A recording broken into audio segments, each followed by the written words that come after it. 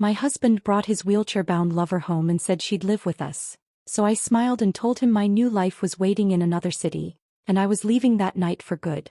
Opened and my husband Dominic walked in. Alongside him was a woman sitting in a wheelchair, a blanket resting in her lap and a helplessness in her eyes as if the world had taken everything from her. Dominic looked at me and said in a completely normal tone, "This is Alara. She will be living with us from now on." The coffee mug in my hand trembled slightly, but I set it down on the table. "With us?" I asked calmly. "Yes," he said, stopping near the couch. "She has no one. And I love her. I have for quite some time." The ticking of the clock in the room suddenly sounded unbearably loud. Outside, on our suburban Chicago street, children's bicycles rattled past, as if the world were moving on as usual. Only my world had come to a stop. Alara lowered her gaze. Dominic placed a hand on her shoulder as if she were his real home, not the one whose mortgage I had paid through double shifts. "I can't leave her," he added. "And she needs care. This house is big. We'll all adjust." Oh. The phrase made me laugh, softly and quietly, yet so deeply that it surprised even me. Dominic frowned in confusion. "What's so funny?" I shook my head. "Nothing. I was just thinking that you finally told the truth." His expression hardened. "I don't want to fight, Laura. We're adults." Adults. I repeated the word in my mind.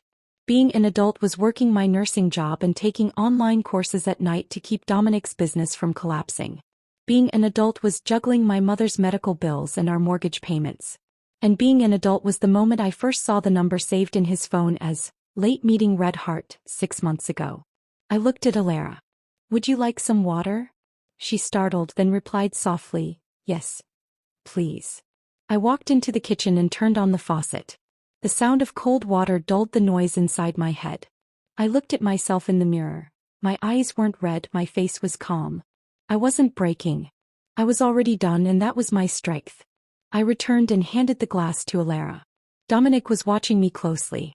"Why are you so quiet?" I smiled. "Because I've been waiting a long time for you to say all this yourself." "What does that mean?" I picked up my phone from the arm of the couch and opened an email.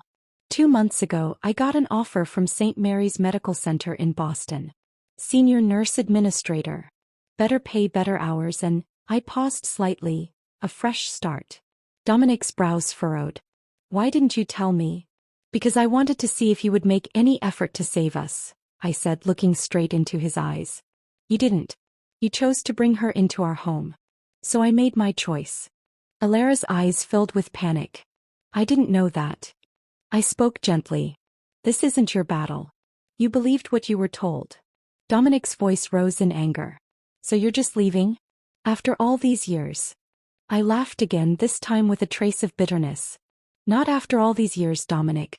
Far too late." I stood, walked to the stairs, and brought down the suitcase I had packed that morning. Its wheels rolled across the hardwood floor, each sound like the closing of a chapter. "The house?" he asked sharply. I placed a file on the coffee table. "The mortgage is in my name. The refinancing too. The divorce papers are inside. My lawyer will contact you tomorrow. You have 90 days to find another place." His face drained of color. "You're joking." "I wish I were," I replied calmly. "But the joke is what you've been doing to me for the past year." Silence filled the room. Alara's hands trembled. For the first time, Dominic looked helpless. "Laura, we can talk about this. We can fix it." I shook my head. "It is being fixed. Just not the way you want."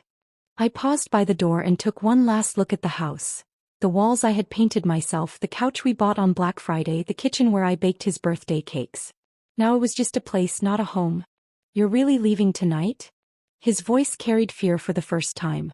"Yes," I said, opening the door. "My new life is waiting for me in another city, and I don't want to be late." Cool air brushed against my face. My neighbor, Mr. Howard, called out from his porch. "New beginning?" I smiled. "Yes, heading to Boston." He gave me a thumbs up. "Proud of you, kid." I loaded my suitcase into the car and sat in the driver's seat, closing my eyes for a moment. There were no screams, no tears, just a quiet emptiness, and within it, a new breath. I started the engine. In the rearview mirror, the house grew smaller, as if the past were shrinking away on its own. As I merged onto the highway, I cracked the window open. The air carried the taste of freedom, simple, real, and mine after so many years. I realized my revenge wasn't in shouting or breaking anyone. My revenge was that I didn't break. I chose myself. And that night, as the lights of Chicago faded behind me, I was truly free for the first time in my life.